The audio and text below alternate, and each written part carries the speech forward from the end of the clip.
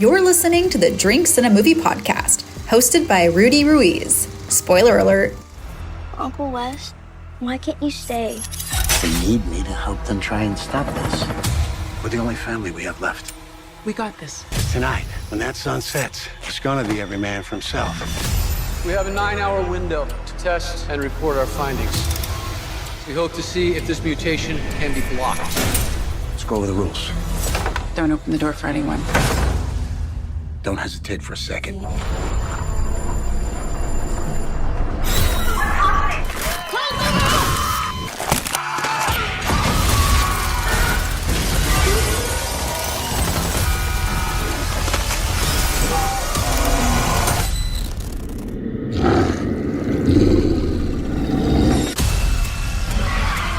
more guns, no more guards. Those things are coming for us.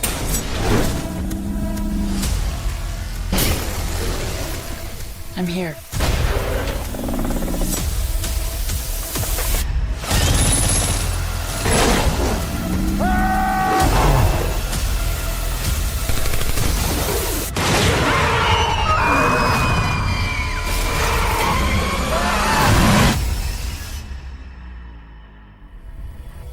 Hello, everyone. Welcome to Drinks in a Movie podcast. Thanks for checking out this new episode here on the YouTube. I've got a very special guest, Brandon Cox, with me, the cinematographer behind the new movie Werewolves that just came out this weekend.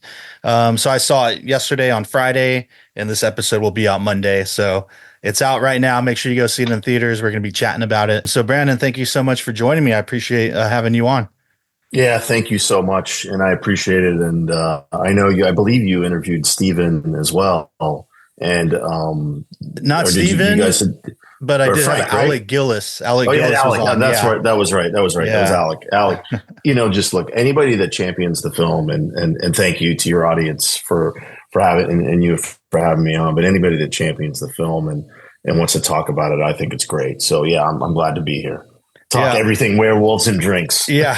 Yeah, I really dug it. It was just like a fun kind of like throwback classic monster movie, a lot of action. Yeah. I remember when I had Alec Gillis on, he's like, yeah, you guys would love it. It's Frank Grillo with a minigun killing werewolves and practical effects and all that. I'm like, right. Exactly. It's it's one of those things where I think going in when I read the script, and when Steven gave me the script, he said, and this is the truth. Steven's been wanting to do a werewolf movie for a long time. And so that's in his DNA. He's always wanted to do a werewolf movie, but then saying, I want to bring the classics back from the 80s, the 70s, the monster movies that we love. Like I want to bring back Alien. I want to bring back Aliens. I wanted to make Aliens, but their aliens are werewolves. Yeah. And we want to make this thing fun. And, who better to do it than Alec Gillis, who's, a giant in the world. He came up with Stan Winston. He worked on Aliens. Mm-hmm. He's worked on The Predator, all the things. And obviously you've interviewed him. But just to have somebody of that caliber on this and work with him and really, go all into it, I thought it was like a no-brainer, It was a no-brainer. So that's, for me, I was like, I've never done a creature movie before. Yeah. So for me, it was a challenge, but it's also, I like challenges and I like being challenged. So I wanted to do it.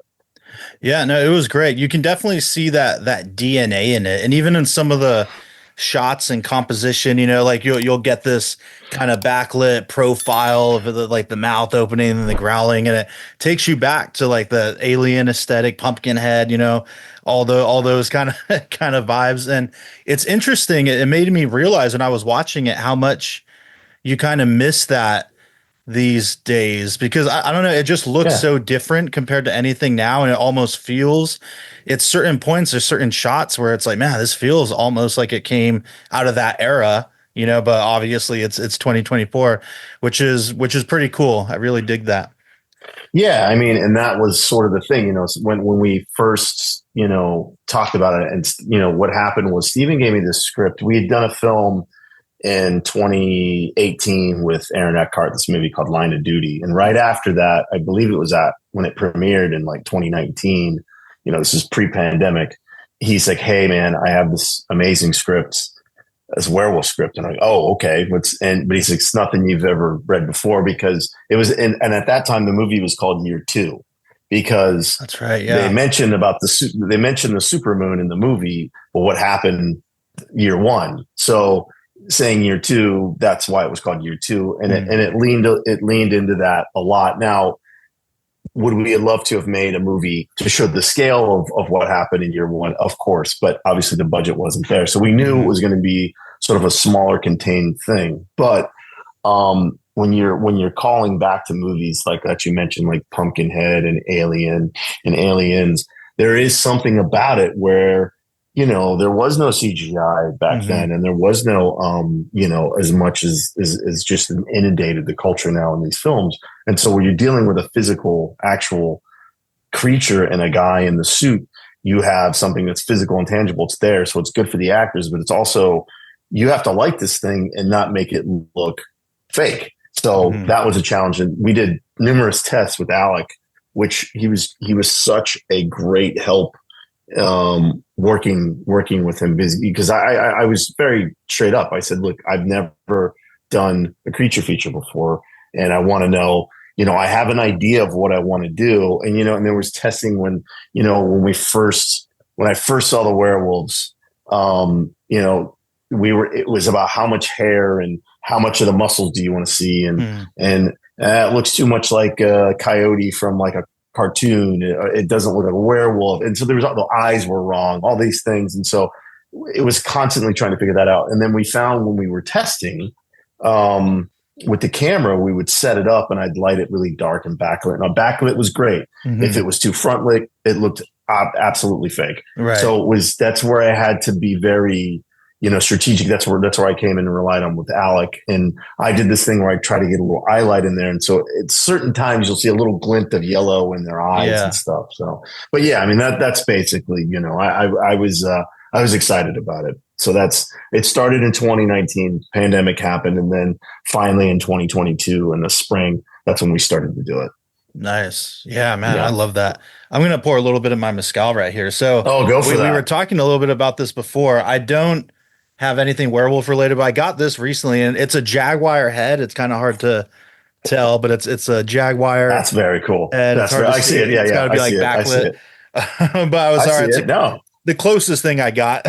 And I just got this recently. Looks like a bottle of Sex Panther. Yeah. I tried this recently. It was pretty good. What are you having? I know you were making a cocktail or something. I want to have an old fashioned because for one, Steven and I are big old fashioned fans, and I think an old fashioned would go quite well with watching Werewolves. So we saw the movie on Wednesday. I saw the movie for the first time on Wednesday. Oh, so really? I could, because I couldn't color it because I was on another movie, but I gave notes and all that. But I'd seen a rough cut about 4 or 5 months prior to that, and they were still trying to figure out what works, what wasn't. There wasn't any of the transformations in there and all that. But when I and Steven had then once he cut all that in, he kept emailing me saying, "Hey, do you want to watch it on? Do you want a link?" And I just kept saying, "You know what? I'm going to wait on this one. I'm going to wait on this one. I want to see it."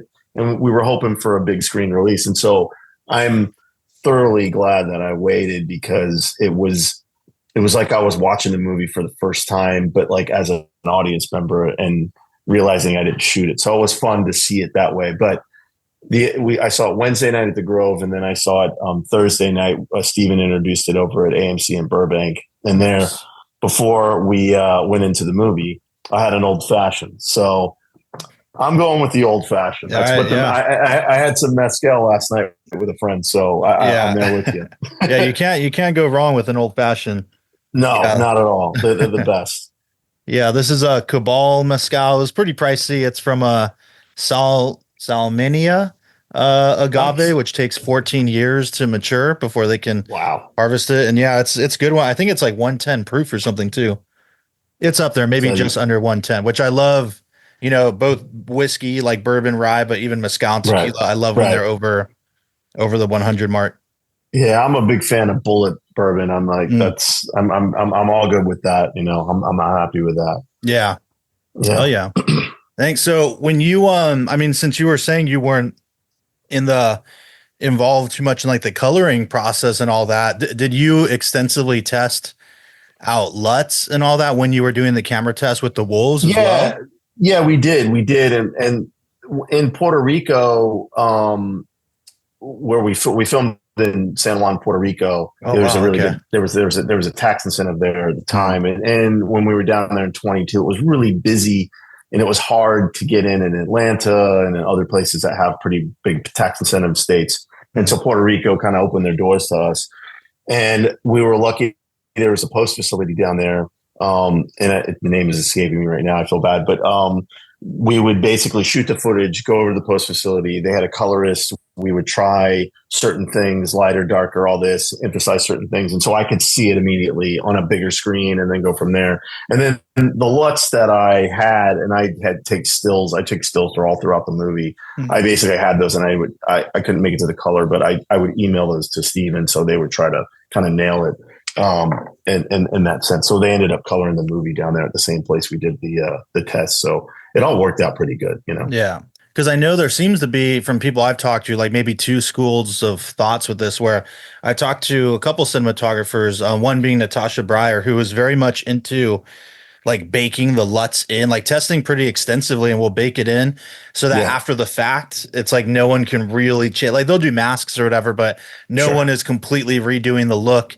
Whereas others are like so opposed to that because they want that control after. I'm curious, like, do you fit in any sort of camp there? Or does it depend on the movie?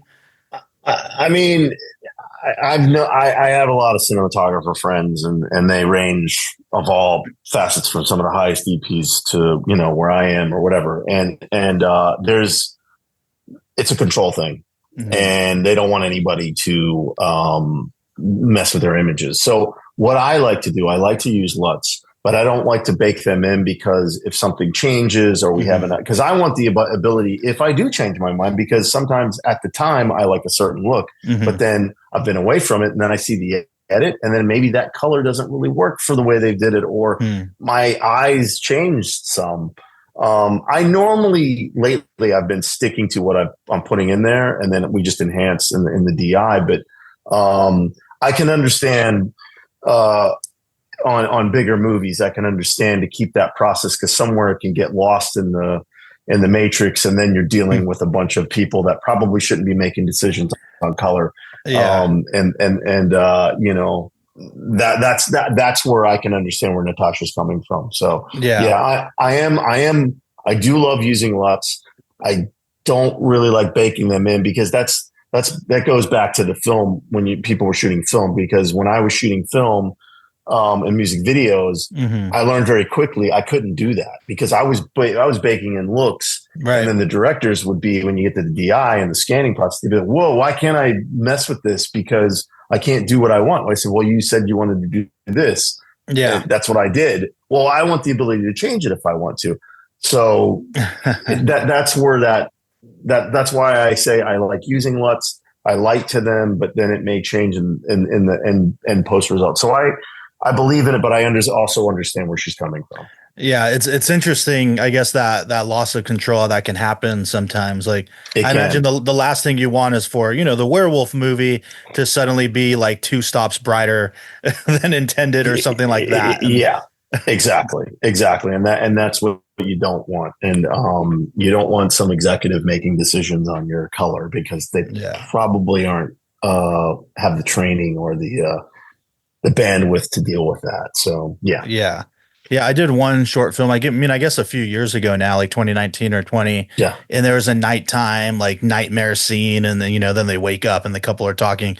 So, you know, we lit it for night. And then when I saw the final edit, they brightened it to look like daytime. And it's like, but you can tell there was a lot done. And I'm like, why didn't, like, you all saw the monitor, like, it's a nighttime scene. No one said anything. And so, stuff like that. And then, you know, of course you see like the noise and like the deep shadows, and it's and it's nobody's paying attention to what you're looking for. And, and you know, there's certain things where I have a photographic memory on certain things. So if I'm shooting something and I remember, if my key grips sort of like, oh, I can't take down that shadow over there. I know. I'll make a window in the DI. Don't worry. And you won't remember. I said, no, I will remember. And then when it comes to that, it's like, okay, that wall over there needs to come down, or this or that, or a colorist I work with, and normally they'll do something right before I'm about to say to do it. So it's like you try to work with people when you do go to that phase, or when you do have a chance to do it. You try to work with people that have the same sort of aesthetics as you. And if you are doing a DI and your colorist isn't working in response to what you want, then you're going to have like a clash of ideas, and then you're trying to pull something out of them which they just can't do, Yeah. And I've been there. I've been to that situation. It's frustrating. So yeah. Going back to, I mean, the werewolves itself and doing those tests. I mean, how are you approaching? You talk about like backlighting it. You don't want it to be too front lit, otherwise you kind of lose the magic of it, I guess. Sure. But then how are you? I mean, they're pretty dark, right? So you've got to be really intentional about like how much you're going to fill it in, like when it comes to lighting. And I imagine that's got to be a pretty big challenge, right? It's like, or is that it is. Simple? It is. It was a lot, because every time the backlight part worked really well, and where it became very difficult was when you were trying to get some side light or an edge, something on there. You'd stick a light, and the dark color of the fur would just eat the light away. So, gosh, I need a bigger light. So you'd have to come in with more and closer, and just really do that. And we found that Alec would always spray them down with a little bit of like mist of water, or he was glycerin or whatever, and then using slime on their mouths, and that would just give them sort of a wet texture to it. But when the light would hit it, it would glisten on it. So I was constantly trying different sources, but I ended up always backlighting them, and I'd get some stronger side light, and then maybe come in with a little bit of fill, but never ever front light them. Which like I know, and I don't want to give anything away. There's a battle in the rain between two werewolves. But that was, if you can see, that's very contrasty, but really hard sources coming from the back and from the side. But you can see a little bit of detail in there, but it's still dark enough to where it's not giving too much away, right? That's probably the most you see them in the movie too, I think. Yeah, because that was pretty the thing. And again, I have to thank Alec the whole time, because, he'd be like, hey, Brandon, maybe give me a little eye light here. And I welcome that, because I said, listen, man, we're a team here. This is nobody's precious baby. We're all doing, because it is, once you go into the fact that, hey, we're making a werewolf movie and we're using practical werewolves, there's something special about that, because again, not many people are wanting to do that right now. The easy, simple solution is, oh yeah, we'll just CGI the whole thing, Right. But, and we knew there's certain transformations in the movie. Unless you build out a human body and do the whole thing. I mean, God knows, I'm sure that somebody could do it. Alec could probably do it, but it would cost the earth to do. Yeah. And so we were kind of limited on what we could do. So I like the mix of CGI and practical that we did do. But we tried to stay true to that sort of nature. And the other thing I will say is, when we did do tests,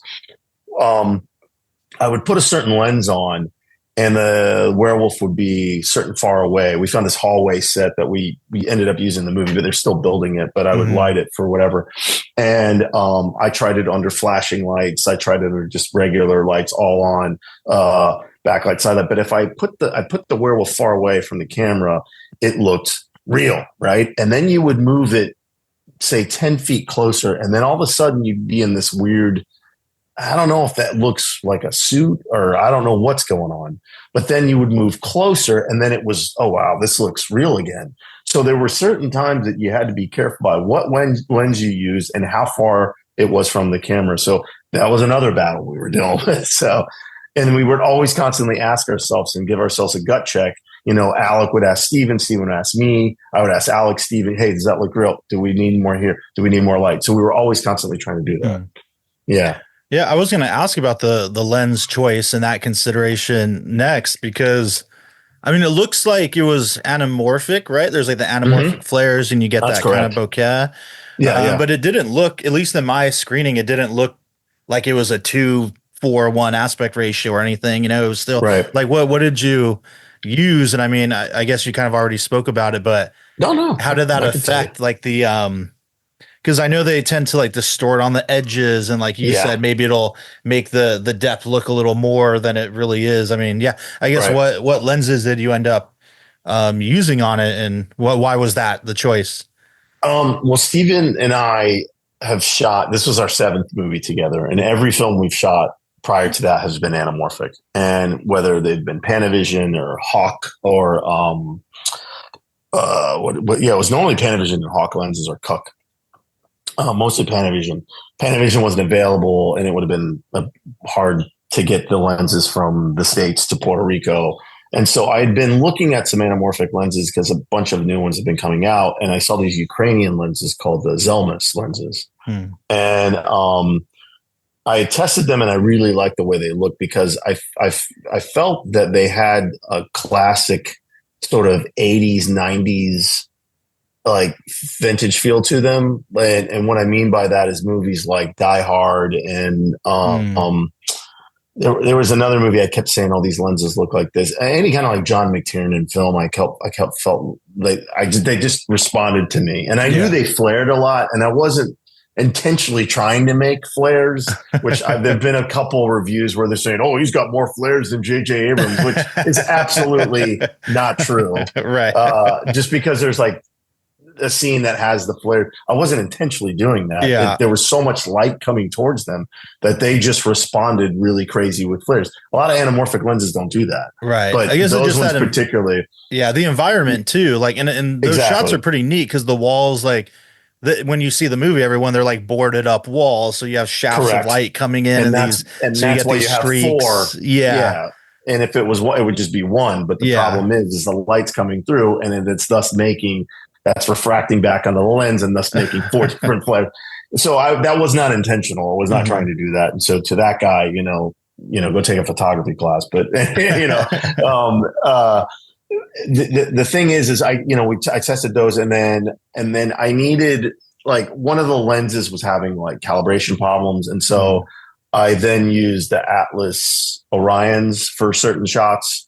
So because that one lens I had to send back, they had to redo it, and then it came back. So it's a mix of Zelmas anamorphics and Atlas Orions. So mostly Zelmas though. Yeah. And then the camera we used, which was new at the time, was the Red Raptor. And I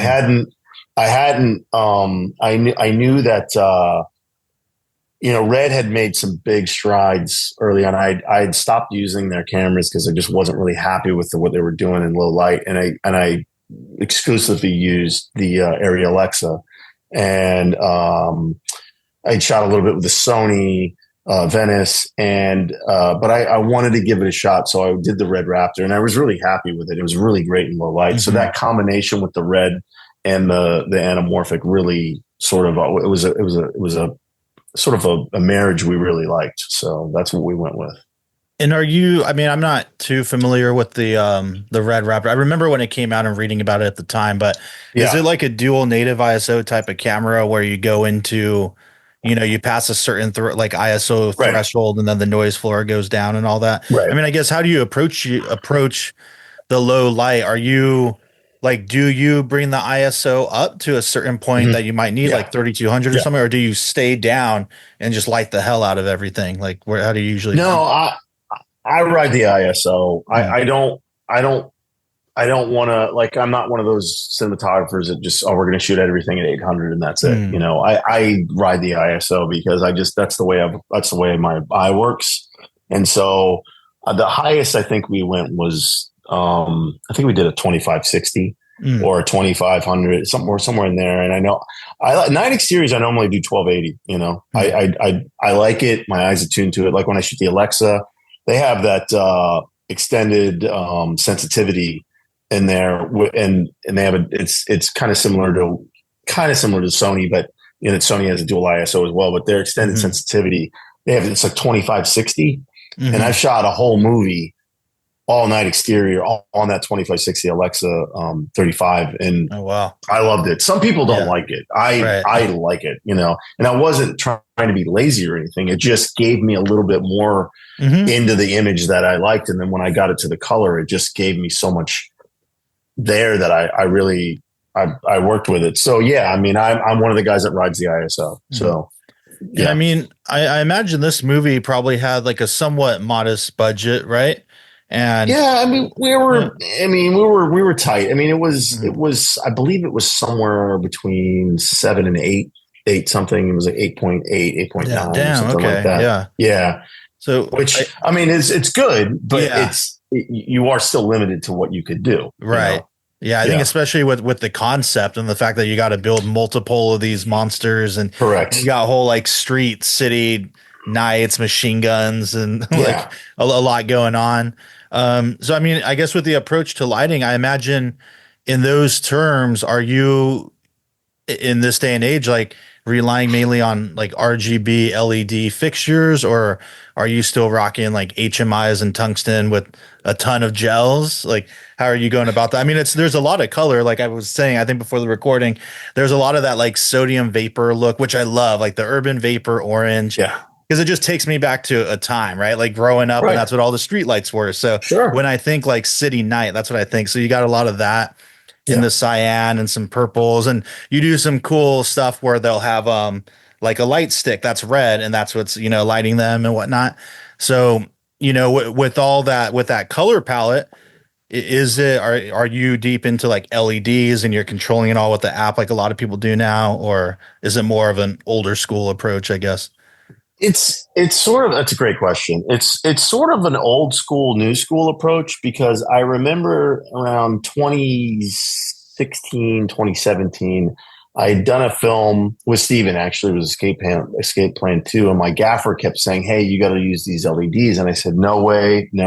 I did a movie where I used LEDs and they quite weren't ready, and I had flicker issues, and I was just like so anti-LED. And then the sky panel came out from Ari, and I said, all right, I'll try it. And then to be able to in an instant get any color on the color wheel you want was such a new thing and relief. And then when Astera came out with these tubes, because I was a big Kino Flow guy when I shot film. I love Kino Flows. Like they were just the best soft light you could have. Next to I still have my Kino Flows. I've got like my 4 foot, my 2 foot, my single bangs. I mean, I won't get rid of them. I wish Kino Flow had progressed the way Astera did. I just don't know why they didn't. But, you know, I have a lot of Asteras in the movie, and I absolutely love mixed color temperature night exteriors. So I watched like Man on Fire is one of my favorite movies because of the mixed color temperature. City of God, I watched a lot for the night exteriors. Okay. And I wanted to kind of replicate that feel of the favelas in Brazil. And even though the movie, we say it takes place in Miami and we shot in Puerto Rico, Miami has like a neon. I always think of like the 80s or Miami Vice, right? With that, you know, I can't remember their main drag is where all the hotels are and everything, but I kind of want to inject that kind of 80s neon into there. So that's why I went with very bold colors with that one alley that they're walking through has, with the graffiti, it's like pink and blue. I just tried to do that. And then, you know, with the LEDs, then I would use a big HMI source at nighttime, or I'd use a big Ari 360 there. So and then I'd have tungsten lights in certain areas to hit that up. So mixing LED, HMI, and tungsten sources. So I try to, at one point in my career, I only want to shoot tungsten, because Storaro shot tungsten and he never uses HMIs, and, you know, death to HMIs and all that. But I've then come to realize you can't do that. You're going to have extreme amounts of power to have gigantic tungsten sources that just aren't, you know, it's just not in this day and age, in this kind of climate and filming. You can't, unless you're a gigantic Marvel show that can do that. Right. A smaller movie, you're going to have like 3 or 4 plants, and you're going to have a lighting budget that will break the bank. So you can't do that. So having these companies like Aperture. Like I had a friend that worked at Aperture. He said, "Hey, take these F-22s, these Amarams. Keep them. Just Nice. take a picture and put them on the thing. Hey, try these new tubes we're doing. Use these fixtures. Let me know what you think." And I was like, "Great." I brought it to the gaffer. He was, "Oh yeah, we have the app. We just set it up." And I had a lighting guy who would just on the app do the thing, and then boom, it's go. It's almost a key position now. Is your board op. Normally people are like, "Oh, I don't want a board op." Now you have to have a board op because all of these things are either controlled on your phone or on an iPad. And you need somebody that can do that very quick and fast. So yeah, that's my approach. I'm old school, new school. So, yeah. Man, that's awesome. Yeah. I really like the, the boldness, like you said, when it came to the colors and everything, it made it pretty, added to the excitement. So are you also operating at this stage in your career? You're operating to like A or B cam or? Yeah. And sorry, go ahead. Good. Oh, was this a single camera show, or did you guys do like multiple cameras at times, or is it just all one? No, it's a 2-camera show. And I learned how to shoot multiple camera working with Steven coming up because we would do these movies where they would be 17 days, 16 days, 13 days, 14 days. And these are like action movies. And you can't do it with one camera and get the coverage. I mean, you're going to have a pretty bad disjointed film that with not much coverage. So I learned very quickly, Tony Scott being one of my heroes in the film world. Tony would have 5, 6, 7 cameras on set, and he was the master of the multicam. I mean, and Ridley's right up there with him. Now we didn't have that many cameras. I had 2, but the way I light and the way I work with 2 cameras, I try to always have the main sort of angle and then an off angle, but the lighting doesn't suffer. Normally when you shoot 2 cameras, people can't do it. If they can't do it, they'll be like, "Well, this is the main camera. Just put on a long lens and get some stuff over there. Get some stuff over there." Yeah. Like that's ridiculous. That's it's like use the camera and light for both of them.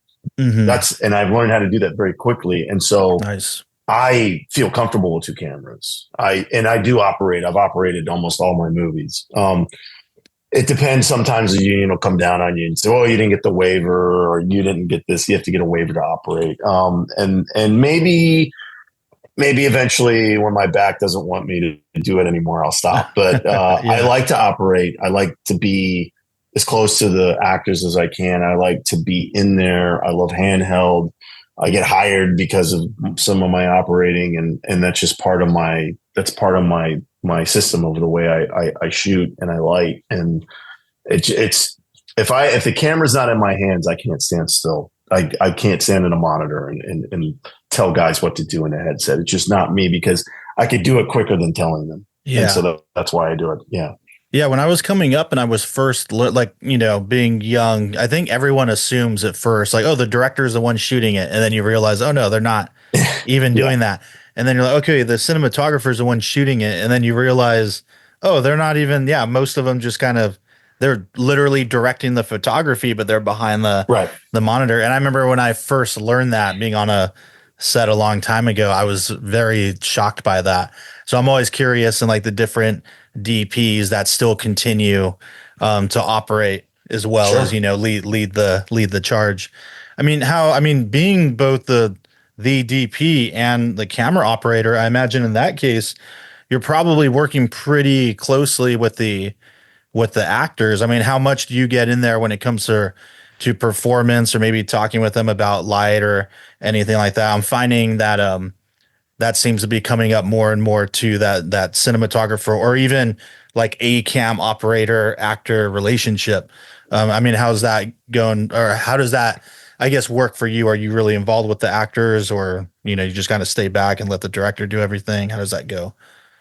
I am involved with them. I don't tell performance or anything. I leave that to the director. If I have an idea, I'll bring it up to the director. But as far as like the performance goes, I leave that to the director because that's not me. Maybe one day I'll direct. I wouldn't mind it. I want to.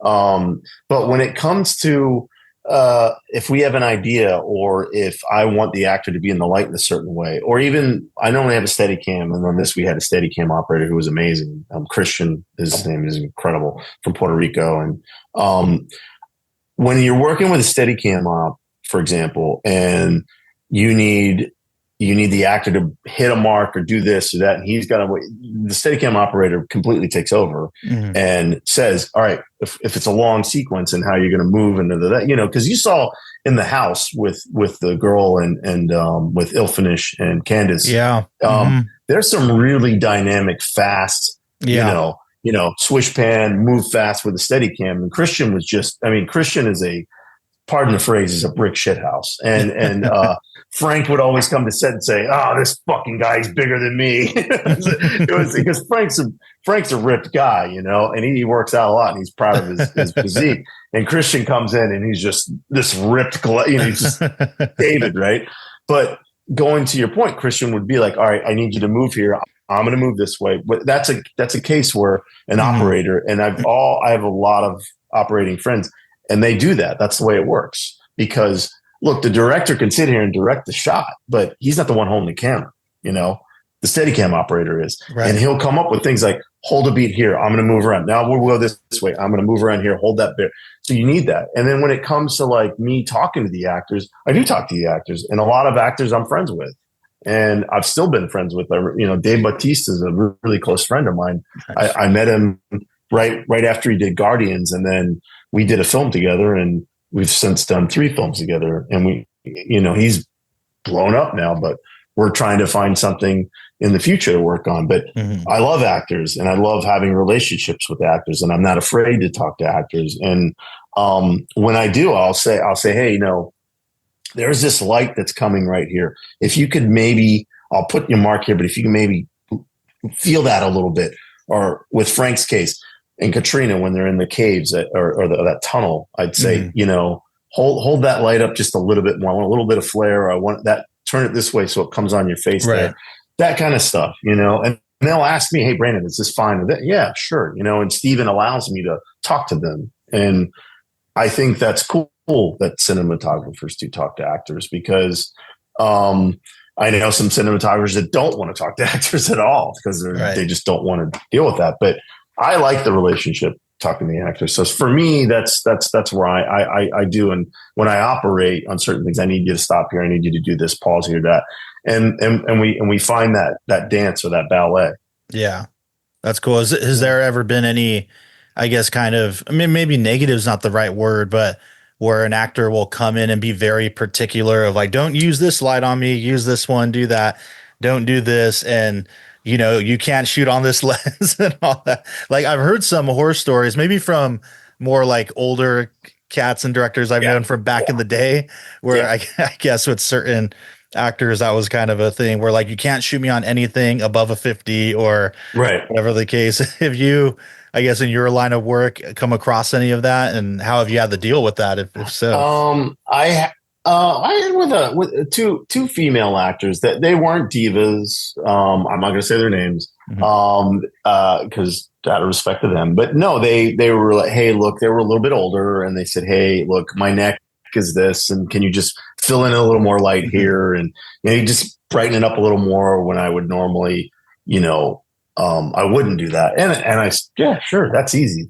Fine. Yeah. And then I was very particular or very cautious of it. And I wanted to be, considerate to them, because listen, talking to the actors is important, because if you can get them to get past, oh my God, I hope I look good. Right. And they're not worried about that at all. They're not worried about the lights over there. This is there. They need to worry about what they're doing. They just trust you. And if you can get the actors to trust you, they're in their sandbox, right? They want to play in the sandbox.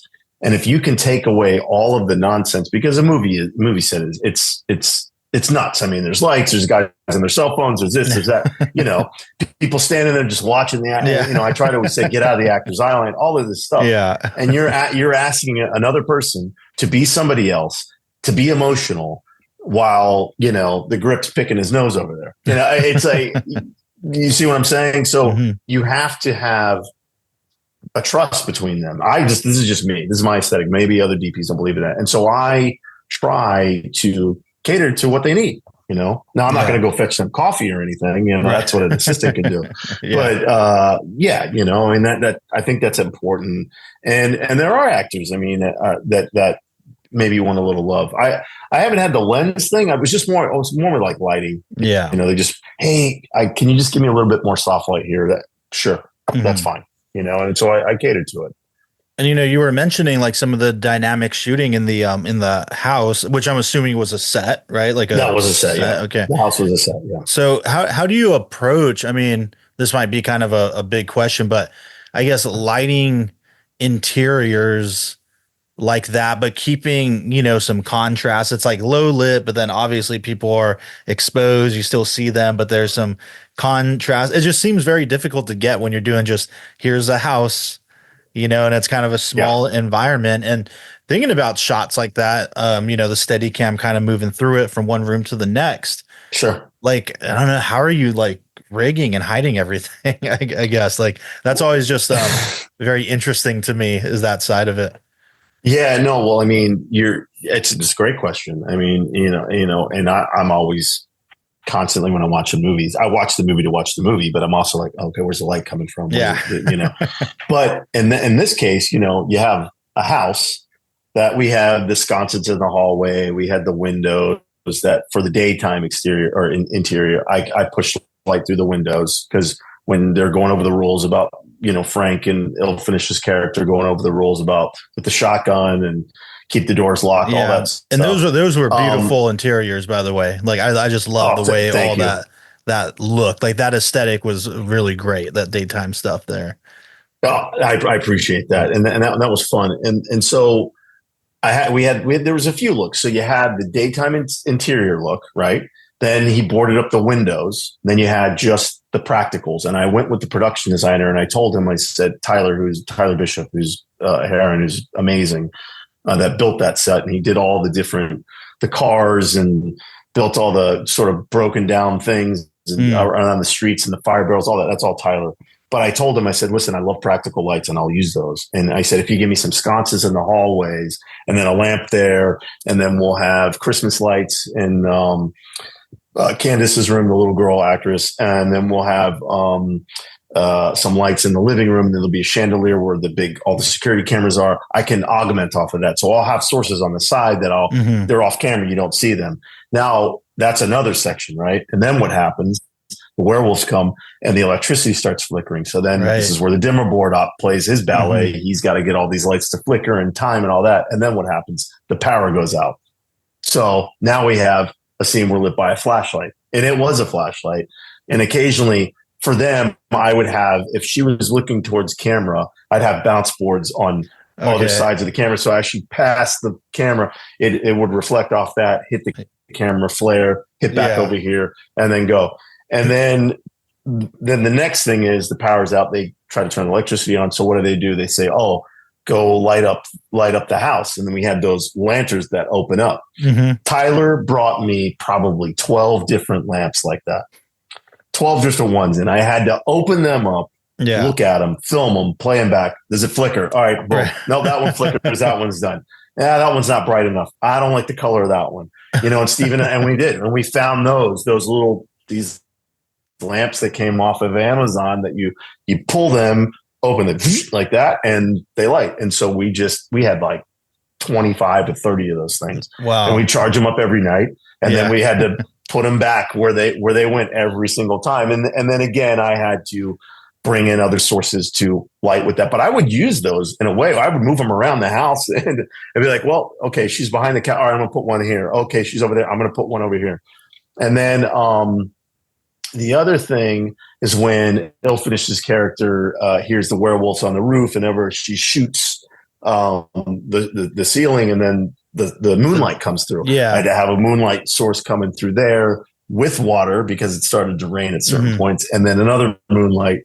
And then, of course, the crashing down in the kitchen, had to have another source of that. So you have that. And then the last one, I don't want to give away, but it's morning time and you have to have that. So just with the interior of that, those were sort of the basic, that was the sort of chronology of that lighting setup. So you had to have all of those things. I mean, and I would light it, like I said, with practicals, and I'd come in with tubes. I'd come in with the amarams. I'd come in with the backlight here and there.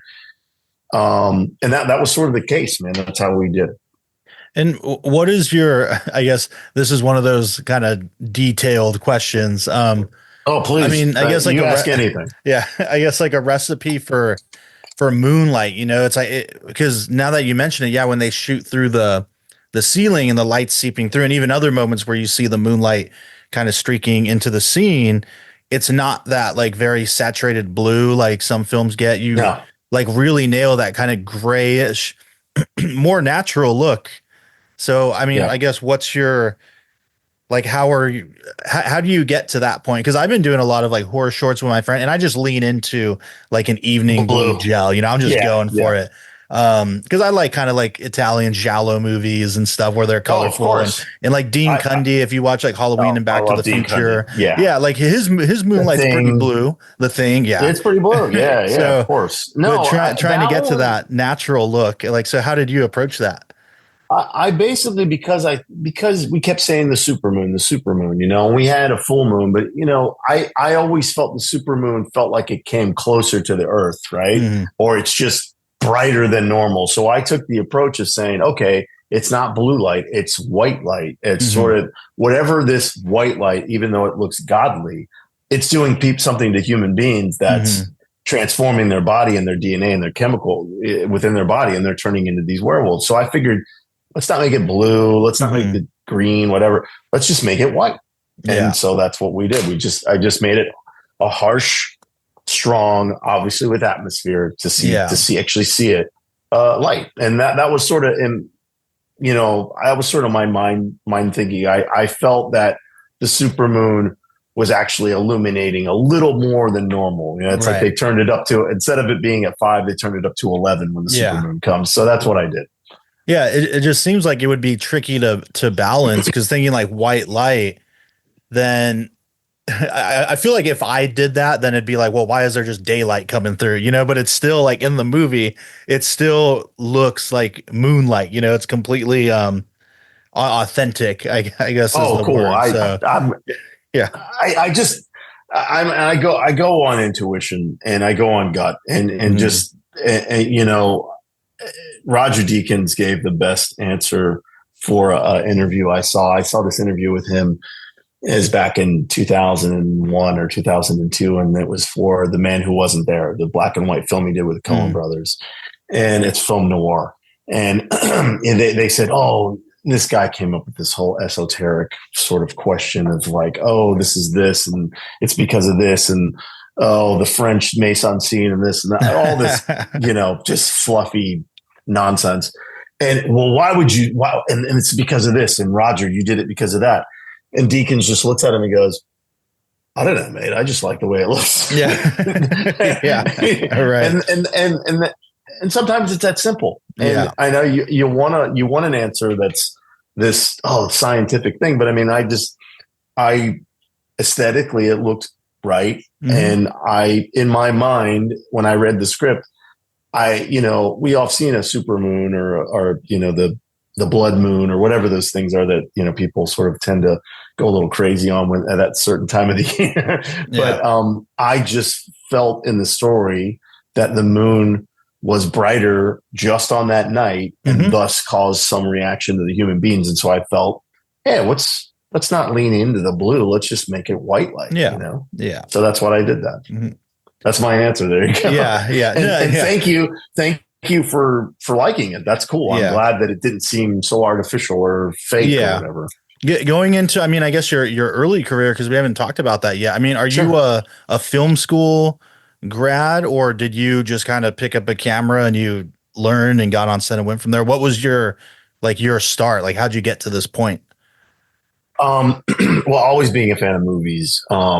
I think, everybody says, what's the one movie that made you want to make movies, or when was that time? I was 7 or 8 years old, and my father took me to see Raiders of the Lost Ark when I was a kid. And I didn't know what the movie was about. All I knew was I was going to the movies, and we sat down, and the screen goes dark, and this is tracking shot or the very first shot. Guy walks up, there's the mountain. You don't know what's going on. It says Raiders of the Lost Ark, Paramount logo, transitions, whatever. And then you get to this thing, or you get to this guy's in the hat. You don't know who it is. You can't see him. And then he turns, there's the whip and turns around and it's Harrison Ford. And I go, Dad, why is Han Solo in a hat? I don't understand. But that's just long story short. When it came to the sequence where he's chasing the Ark after the Germans have it in the truck, and there's that whole action sequence where he fights on the truck and he goes, that had me captivated. I was just mesmerized by it. I'd never seen anything like that before in my life. And all I kept asking my dad afterwards, Dad, how did they do that? How did they do that? I wanted to know because, there was no BTS, so that stuff back then. They didn't have that. So he's like, well, I don't know. Let's go see it again. So we saw it the second day it came out, and then we saw it again. And then from that point on, movies became this sort of escape for me. And I was an illustrator and I wanted to draw comic books. And then my friend got a Super 8 camera and we started making movies together with our G.I. Joes and the Star Wars figures. And then it started turning, hey, let's make like a Ghostbusters movie. Hey, let's make like a comedy movie. I wasn't taking it seriously then. I wasn't thinking I could do a career in this. I was just having fun with my friends. But then when I got to art school, I went to Savannah College of Art and Design. And I was going to go to be a comic book illustrator. And when I went there, I was taking all the classes and whatnot. And I went and finally took my first comic book illustration class. And I realized very quickly that I was completely out of my element and that I would not be able to do it. And so on a whim, I said, well, let me take this film production class. And from that, I got a camera in my hands. I shot something. And immediately I realized, okay, I'm going to trade my paint brushes and my pencils for a camera and lights. And that was it. And so that sent me on. And I did undergrad there. I stopped and, did other things. And then I went back, finished. And then I made short films. I learned film. I started on film. That's what was my bread and butter. And then from there, I got into the American Film Institute for cinematography. Nice. So I went to their grad program. And then from there, that's when I really honed my skills. And I met some of my best friends that are all out, a few of them are in the ASC, and everybody from my class is pretty damn successful. So nice. I was on my way, and then where it then went from there was I got into music videos. Started in music videos, never thinking I would, but and then for music videos, I got an agent, and then the whole entire time of this journey was to get into films. That's what I did, and then I got my first film, and then the first really bigger movie for me was a horror movie called The Collector that I did back in 2009. I don't know if you've seen that. I haven't. No. I'm familiar with it. I know it was pretty popular at the time, for sure. It's pretty popular at the time. It sort of got overshadowed because that was the same year Paranormal Activity came out, and it was within a week of when my movie came out, and we just got destroyed. Yeah. The found footage genre was born, right? And it was, whatever. But that has a giallo feel to it. Okay. It's a very, very Mario Brava and who's the guy that did Argento? Argento, yes. Thank you. I'm sorry. Argento's color palette's very influenced in The Collector. You'll see it. Okay. See The Collector. Okay. I didn't shoot The Collection. I shot The Collector. So I shot the first one. Okay. Not to say that The Collection isn't a bad movie. I just that I shot the first one. So there you go. But that's sort of my journey. And that's how I got there. So yeah. Nice. And then how did you connect with Stephen Miller, right? Or Stephen C. Miller? Stephen C. Miller, yeah. 7. This is the 7th film you done with him? 7th film. So how did you guys connect? And I like to ask everybody this too, is what is the, as a cinematographer, what qualities do you, I guess, look for or appreciate most in the directors you work with? All right. So it's 2 parts. So I'll start with how I met. No, it's okay. I met Steven. I had done a film with a company called Emmett Furla Films, EFO Films, and it's Randall Emmett and George Furla. I did this film called Heist, which was called Bus 657. It was a heist movie, took place on a bus, and had like Robert De Niro. That's where I met Dave Bautista. Gina Carano, all these different actors. And one of their executives had found Steven through his past work. And they had a film with him, a Bruce Willis movie they wanted to make called Extraction, not the one with Chris Hemsworth, but this is before that. And it was with Bruce Willis. And they said, do you have a DP? He's like, no. He said, well, take a look at this movie. And they showed him Heist. Steven loved it. He's like, well, can you get this guy? And he said, yeah, we can. And so they gave me the script. I read it. And then we met over the phone. And then we went to have a drink in Hollywood. And we basically just started. Now, this gets into the second part of the question that you asked about what do you look for in quality as a director? We started talking about the movies we love and the filmmakers we love, and not even talking about the movie, just about like, you know, we both love Tony Scott, and we both love James Cameron, and we both love Spielberg, and we both love, you know, just very, very similar. And when you can have the same aesthetic of the movies and sort of the ideals and how you want to shoot, you know, what you like to light and how you like to be on set, it's kind of a no-brainer. You tend to want to gravitate towards people like that, because if you work with a director where you're saying, well, I want to shoot everything in wides and I want everything to be this, and you're like, well, I really think we need more coverage. No, I just want to do a wide, you know, that's it. And it's probably not the guy you want to work with if you're not feeling the same thing. So you want to find like-minded people and sort of that share the same visual and storytelling aesthetic together. So that was what, you know, that was what I felt and what I saw, and, you know, doing it 7 more times with him. It's been fun.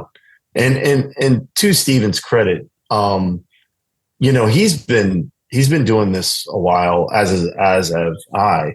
And, you know, I'm hoping for him that this movie sort of catapults him to get to a bigger level. Not to say that Werewolves isn't, but, you know, it is. You're stuck you're hindered by what you can do creatively on a budget. And so I want to see Steven get a bigger budget movie. I want to see him, you know, give him the days, you know, that he can, because I'm telling you, man, if they gave us 30, 40, 50 days and a budget to work, I mean, you're going to see some just bigger stuff. And that's not a jab on Werewolves. I think Werewolves I'm proud of that movie. I think it's fun, man. And that we didn't set out to win any awards. We're not trying to change people's perception of werewolves. Yeah. We're not trying to make it a critical, acclaimed, you know, thing. We want people to have fun in the movies. What's wrong with having fun? Why do we have to nitpick on, you know, certain things? Just go turn your brain off, man. It's a popcorn movie. I mean, you know what I'm saying? So it's like people need to just relax a little bit when they watch movies and not take them so as Bible or like as the word. It's like, dude, it's entertainment. That's what we do. You just and not everything has to be based in reality. So as to answer your question, that those are the things I look for in a director, and that's how that was how I met Steven. Nice. And how many days was this shoot? You may have mentioned it like in the beginning, but I think it was 20. I'm pretty sure it was 28 or 29 days. I think it was like that. Damn, that's a lot for that amount of time, right? Like everything you guys did, was that pretty tough, or did it feel manageable, or were there days where you're like, man, we got to bang out like 14 pages today, or anything crazy like that? Yeah, I know. I mean, where it was easy was on the stage. It was easy because it was already, we were always in, okay, we knew the daytime stuff, right? That's done. All right, now where are we in the story? Okay, we try to go in progression, like start with the daytime interior stuff, then go from, it's night boarded up, then go from now the damage is there. That stuff we tended to move pretty quickly in that. When we got out on the street, that's where it got really, because you're dealing with, you got to understand, man, we're in Puerto Rico. Puerto Rico is not a cooler climate. Okay. It's hot. It's really hot. And we're 95 plus humidity in a tropical island. You got to imagine it's already starting to be rough on your body on top of the guys that are in the werewolf suits. You're about 70 pounds of latex. Right. You got about 10 or 15 minutes before these guys got to get out of those suits. Damn. And so that's hard. And these guys, the moment they'd sit down, you'd see these people run over with these hoses to put them in there, and they just pump all this air in there for these guys, or they take the helmets off. And I remember the first time we did it, I was like, oh man, this is gonna be long. Yeah. I don't know if we got to figure out a system for this, because this is, at first it was a little touch and go. But once Alec sort of figured out, okay, it just took a second, to figure it out. And then you work the problem. You don't just go, oh my God, you just got to work the problem. And so where it got tricky was at nighttime. And it was, getting in the streets, getting all the stuff in place, lighting all the barrels, getting all that stuff. I think the biggest set piece of the movie was when the four guys with the Gatling gun and the wolf killers, we called them. It was a big set piece because there's a lot going on in that. Right. And so we had like 4 or 5 werewolves there, plus the punk princess that she comes down from the sign. And that was a big stunt gag, and you had to be ready for that. So you say, 27, 28 days. Well, if 10 or 15 of those days are on the stage, then you have the other ones, and you're limited with the time with an actor, because you only have Frank for a certain amount of days or whatever. You have to use those days wisely. And if you don't get it, you better get it on the next day, because you're not going to go back. You can't go back and, we got to reshoot or this and that. So yeah, I mean, it was nice to have 27 or 28 days, whatever we were at. I guess before we wrap it up, I mean, one question or something I'd be curious to hear is just how you navigate some of the politics with producers and whatnot. If you're within this budget realm, you're shooting in Puerto Rico, you've got 28 days to do it. And when, your gaffer is coming to you with like, hey, we want to use these kind of fixtures or lights, or we need this, or camera, we need the Technocrane, we need this and that. And now you've got to do the talks with the money people, right? And your director on like getting all that set, like, what do we need? Yeah. We need this tool to make sure the werewolves look good, whatever the case may be. I mean, did you run any, and I can only imagine that, especially when you're going, to a whole other place, and again, the budget is here, the time frame is here. Like, is there any, I guess, insight you can give into how you, I guess, solve certain problems that may have arisen or not, or was it pretty smooth sailing? I mean, maybe it was, I don't know. No, it wasn't. It wasn't smooth sailing. And I'll tell you what happened was, because of Puerto Rico's tax incentives, there were 4 other productions there while we were there. One was, I think it was called The Resort. Another one was called Fantasy Island. And then Blue Beetle, the big Warner Brothers DC movie, was coming there. And we had pre-scouted in February of 22, February 22. And I went and met the camera people. I met the camera grip and electric house. There's only one, and it's all under one roof. Everything's all under one roof. So I couldn't get a dolly, because all the dollies were on all the shows. I had put in days that I wanted. I had 9 Technocrane days, right? And normally when you get a Technocrane, you're like, we'll just use it for one shot and that's that, or whatever. It doesn't work like the way. If you rent a Technocrane to a producer, you have to justify why you want to use the thing. Right. So if I'm using it that day, I'm going to use it all day. As a moving platform. So, and these are things, I think I had 9, they went down to 7, right? And then what happened was I put all this stuff in early. These are the days we need it. These is what the da-da-da-da-da. I get there, the other show has a Technocrane. And they're like, I'll just give you a jib arm. I'm like, no, don't want a jib arm, I want a Technocrane. And so I was like calling the key grip on that show to his show. All right, what days? There was 2 Technocranes. There was a 20 and a 30, a 25 and a 30. And they had them both.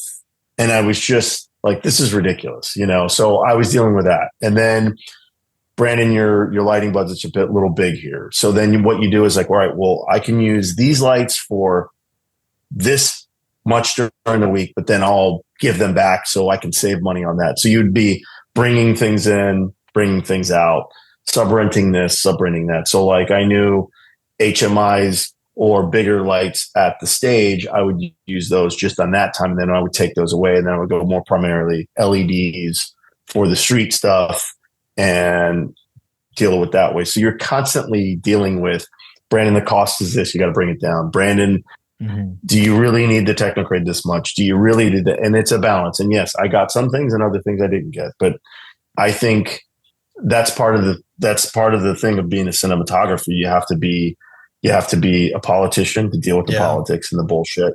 You have to be a scientist because you got to keep up with technology and think of new ways of doing things. And you have to be creative. And so, and you have to be able to tell a story and do your job, and so, and be professional, because everybody wants to, when they're faced with adversity or, problems like, oh, Brandon, we can't have this. The first thing you want to do is, oh, fuck this. You can't be that way. Right. You have to be professional.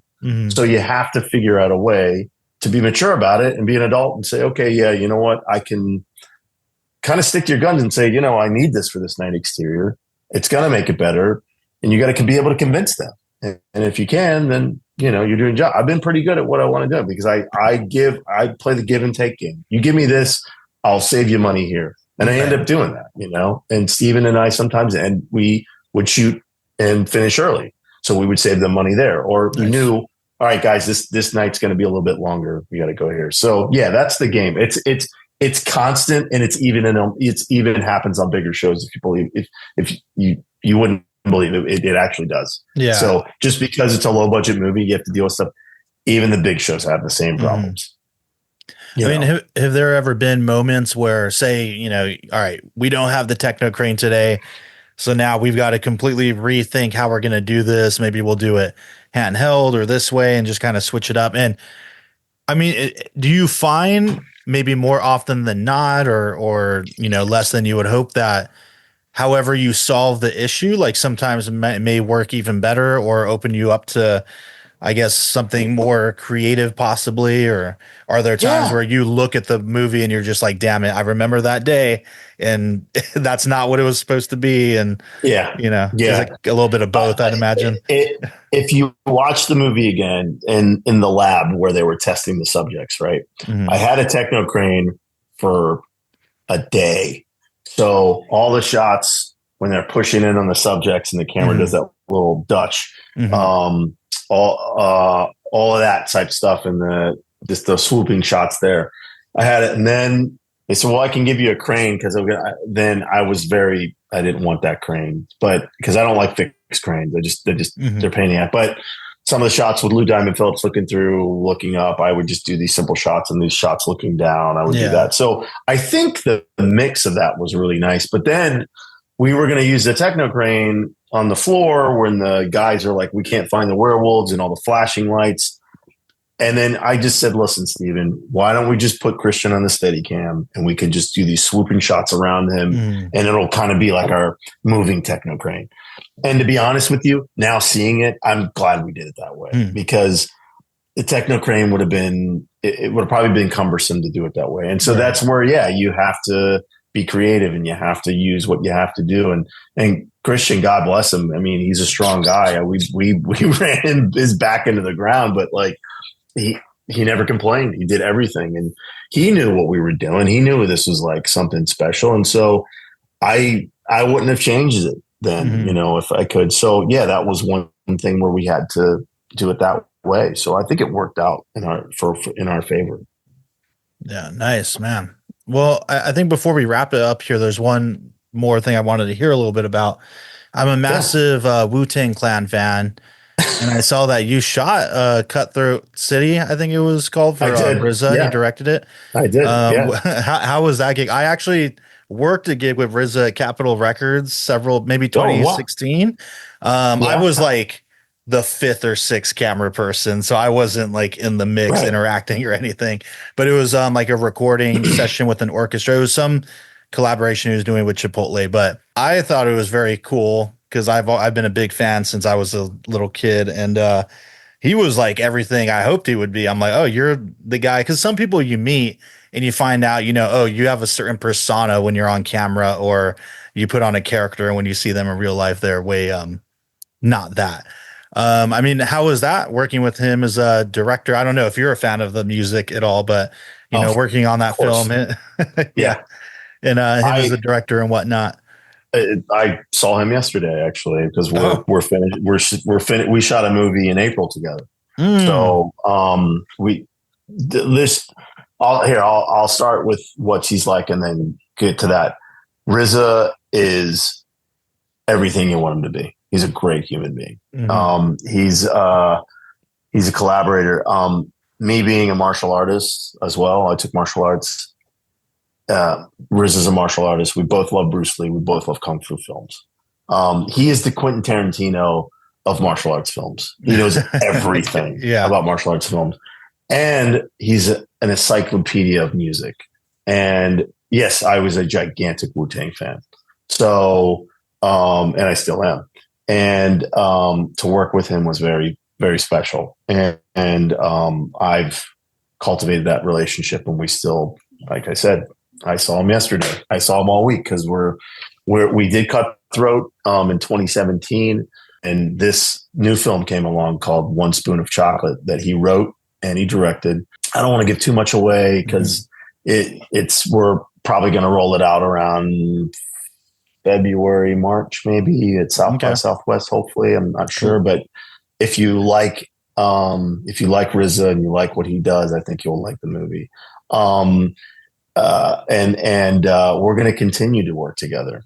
So he's a special guy, and all of that sort of hip hop swag, Wu-Tang-isms, all that. That's him. That's who he is. You know, I know if RZA, it's so funny because we were in The Color the other day and we were trying to find a look for this movie, and I had done it the way I thought we did when we were shooting it.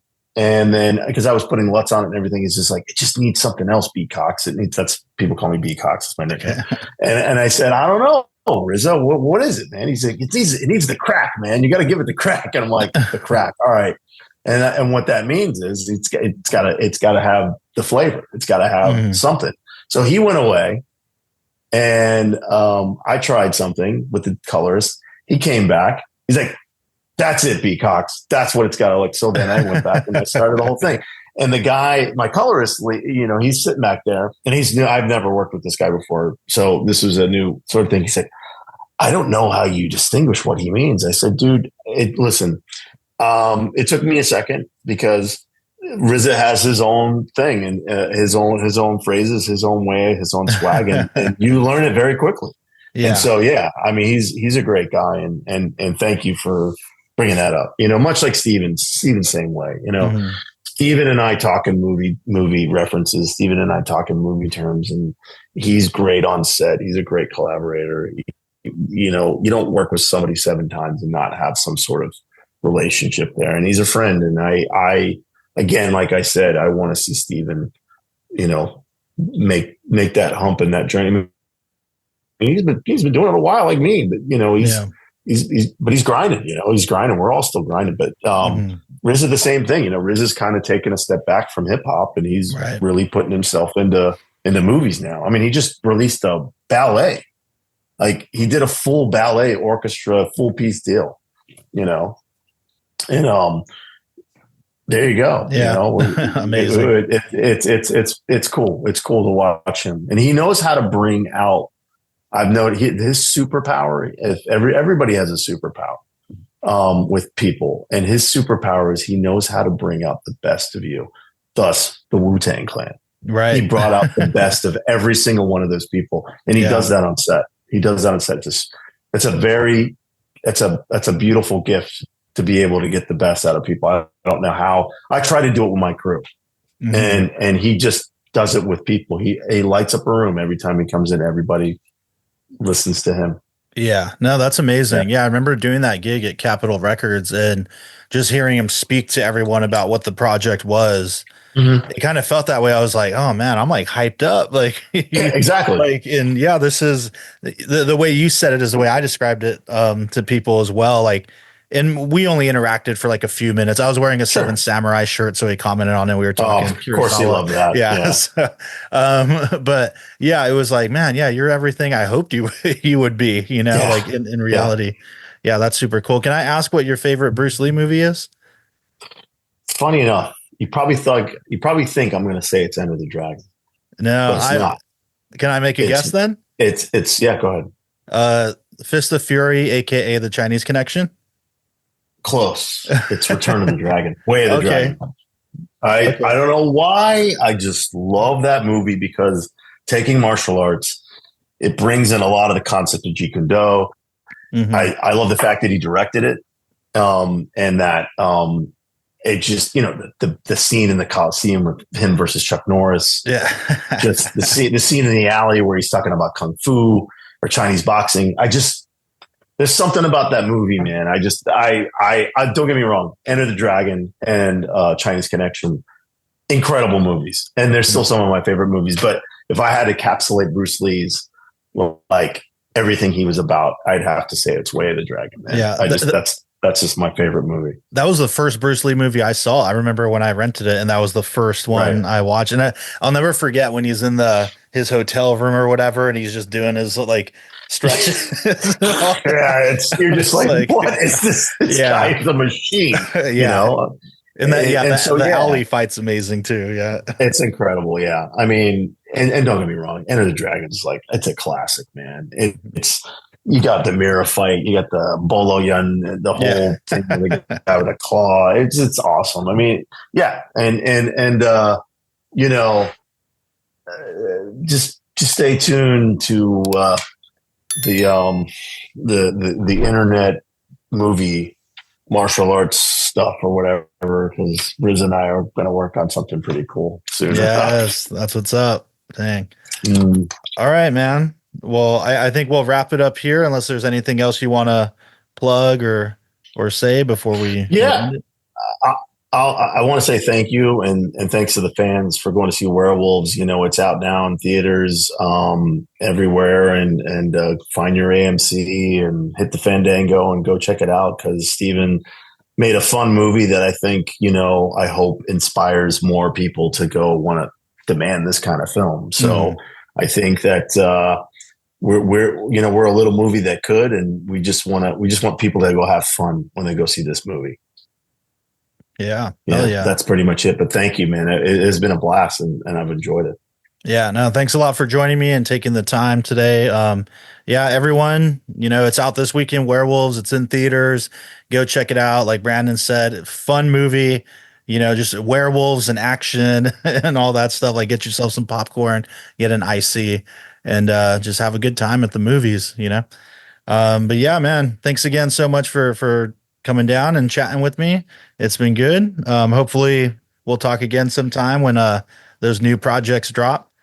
And then please do. We'll have a drink and talk about those as well. And if, like I said, when you go see Werewolves, follow it with a nice old fashioned. You're good to go.